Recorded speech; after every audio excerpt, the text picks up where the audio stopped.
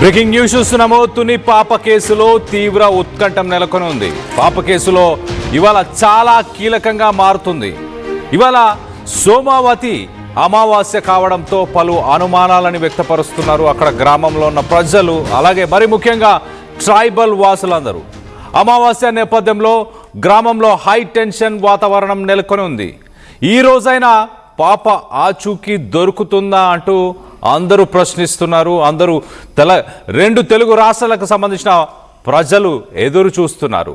9 రోజులు అవుతున్నా కూడా పాప జాడ కనిపించలేదు. పాప బ్రతికే ఉందని ఆశలు రేపారు జ్యోతిష్యులు పాప పరిసర ప్రాంతాల్లోనే ఉంది, దక్షిణం వైపు వెళితే పాప ఖచ్చితంగా దొరుకుతుంది అంటూ జ్యోతిష్యులు చెప్తున్నారు.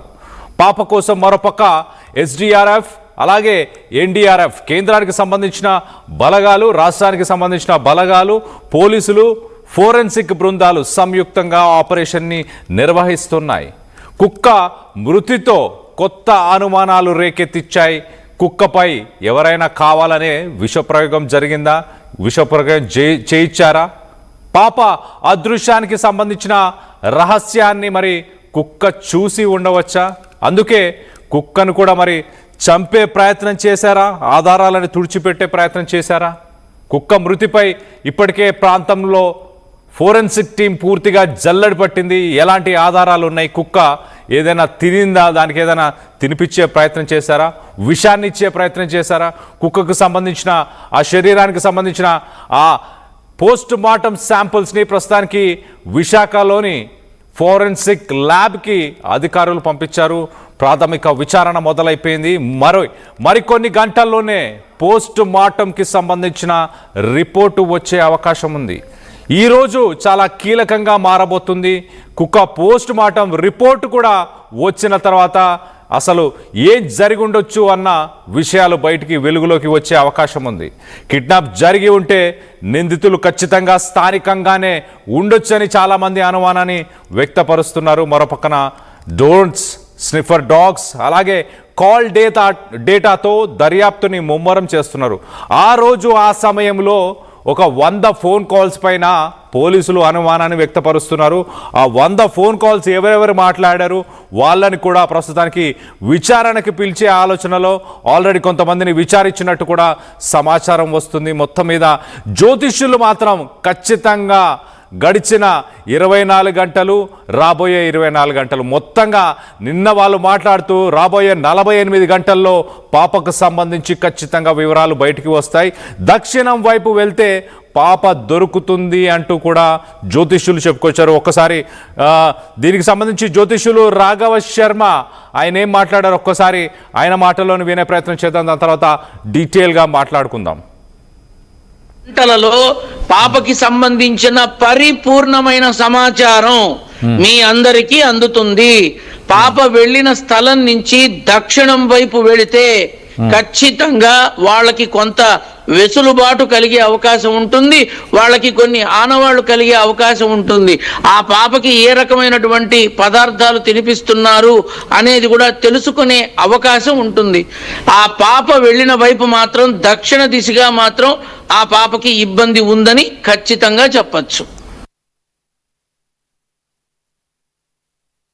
రాఘవ శర్మ చాలా క్లియర్గా దక్షిణం వైపు వెళితే పాప ఖచ్చితంగా దొరుకుతుంది. పాపకు సంబంధించిన ఆనవాళ్ళు, పాపకు సంబంధించిన ఇన్ఫర్మేషన్ రానున్న 24-48 గంటల్లో ఖచ్చితంగా రాబోతుంది. మీ అందరికీ తెలుస్తుంది. ఈ 7 రోజుల పాటు పాపకి ఎలాంటి ఆహార పదార్థాలు తినిపించారు, ఎలాంటి హింసకి ఏమైనా గురి చేశారా అన్న అంశాలన్నీ కూడా ఖచ్చితంగా ప్రజల్లోకి వస్తాయి అంటూ జ్యోతిష్యులు అయితే చెప్తున్నారు. ఒక 8-9 రోజులు గడిచిన తర్వాత పాప బ్రతికే ఉందా అంటూ అనుమానాలు వచ్చిన సమయంలో జ్యోతిష్యులు మాత్రం ఖచ్చితంగా చెప్తున్నారు పాప బ్రతికే ఉంది అని అంటున్నారు. స్థానికంగా మనం చూస్తే కనుక సుమారు ఒక 300 నుంచి 500 ఎకరాల పరిమాణంలో ఉన్న ఏరియా మొత్తాన్ని ఆ కేంద్రానికి సంబంధించిన బలగాలు, రాష్ట్రానికి సంబంధించిన బలగాలు క్షుణ్ణంగా పరిశీలించాయి. అక్కడున్న బావులు, బోరు బావులు కావచ్చు, అక్కడున్న కాలువలు కావచ్చు, ప్రతి చెట్టు కావచ్చు, అలాగే డ్రోన్స్ లాంటి టెక్నాలజీని కూడా యూజ్ చేసి పైనుంచి కూడా అది దట్టమైన అడవి కాదు, అది చిట్టి అడవి. అంటే సాధారణంగా దట్టమైన అడవిలో పెద్ద పెద్ద చెట్లు ఉంటాయి, కానీ ఇక్కడ చిట్టి అడవి కాబట్టి చిన్న చెట్లు మాత్రమే ఉండడం. సో స్థానికంగా కొంత కదలికలకి ఇబ్బంది మాత్రం కలిగింది బలగాలకి. మరి పాప ఖచ్చితంగా దగ్గరలోనే ఉంది. మరొక పక్క మనం గమనించాల్సిన విషయం, చాలామంది చెప్తున్న విషయం ఏంటంటే పీడియాట్రిషియన్స్తో కూడా నిన్న మేము మాట్లాడడం జరిగింది. ఆ పీడియాట్రిషియన్ డాక్టర్స్ కూడా చెప్తున్న విషయం ఏంటంటే పాప, ఆ వయసులో ఉన్న పాప 2-3 కిలోమీటర్ల కంటే ఎక్కువ నడిచి వెళ్ళే అవకాశం ఉండదు ఖచ్చితంగా. సో ఖచ్చితంగా ఎవరైనా తీసుకొని వెళ్ళారా? మరి 2-3 కిలోమీటర్లో ఆ రేడియస్లో పాప మాత్రం కనిపించలేదు. సో ఎవరైనా తీసుకెళ్ళి ఉన్నారు అన్న అనుమానాలే ఎక్కువ వస్తున్నాయి. ఎవరైనా తీసుకెళ్ళి ఉంటే పాప బ్రతికే ఉండొచ్చు అంటూ జ్యోతిష్యులు కూడా చెప్తున్నారు. సో మొత్తం మీద దీనికి సంబంధించి జ్యోతిష్యులు ఇంకా కొన్ని విషయాలని చెప్పే ప్రయత్నం చేస్తారు. ఒక్కసారి జ్యోతిష్యులు రాఘవ్ శర్మ ఇంకా ఏం చెప్పారో ఆయన మాటల్లోనే ఒక్కసారి వినే ప్రయత్నం చేద్దాం. పెడితే చాలు నాన్న, పెద్దగా దూరం కూడా ఏం లేదు. గట్టిగా మాట్లాడితే నడిస్తే 1 గంట, నడవకపోతే 1 అరగంట అంతే. ఓ వేలకి వేల 100 కిలోమీటర్లు అక్కడ ఉండదు. ఎందుకంటే ఆ ఏజెన్సీ ప్రాంతానికి ఒక హద్దు ఉంది, చచ్చింది కదా. ఆ హద్దు దాటితే మళ్ళీ ఆలోచనలు మారిపోతాయి. అందుకని దక్షిణం వైపు వెళ్ళి వీళ్ళు గనక పరిశీలిస్తే ఆనవాళ్లు దొరకచ్చు.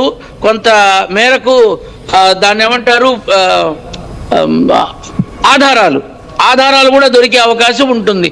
కాబట్టి దక్షిణం వైపు ప్రస్తుతం వాళ్ళు ఎక్కడ ఉన్నా వెంటనే అటువైపు వెళితే ఖచ్చితంగా కొంత ఫలితం ఉంటుంది అని మాత్రం తెలియబలచగలను. అది ఎంత తొందరగా వీలైతే అంత తొందరగా ప్రయత్నిస్తే మరీ మంచిది. దక్షిణం వైపు జ్యోతిషులు చెప్తున్న ఇన్ఫర్మేషన్ ప్రకారం చాలా క్లియర్గా దక్షిణం వైపు వెళితే ఆనవాళ్ళు, ఆధారాలు ఖచ్చితంగా దొరుకుతాయి. మరోపక్క పాప ఎక్కువ దూరం వెళ్ళి ఉండదు, దగ్గరలోనే ఉంది పాప అంటూ కూడా ఆయన చెప్పుకొచ్చే ప్రయత్నం చేశారు. సో చాలా క్లియర్గా ఆ దక్షిణం వైపు వెళ్తే ఆధారాలు దొరుకుతాయి అంటూ, ఆనవాళ్ళు కానీ ఆధారాలు దొరుకుతాయి అంటూ రాఘవ్ శర్మ చెప్తున్నారు. మరొకసారి రాఘవ్ శర్మ ఏం చెప్పారో ఒక్కసారి వినే ప్రయత్నం చేద్దాం. ఆధారాలు కూడా దొరికే అవకాశం ఉంటుంది.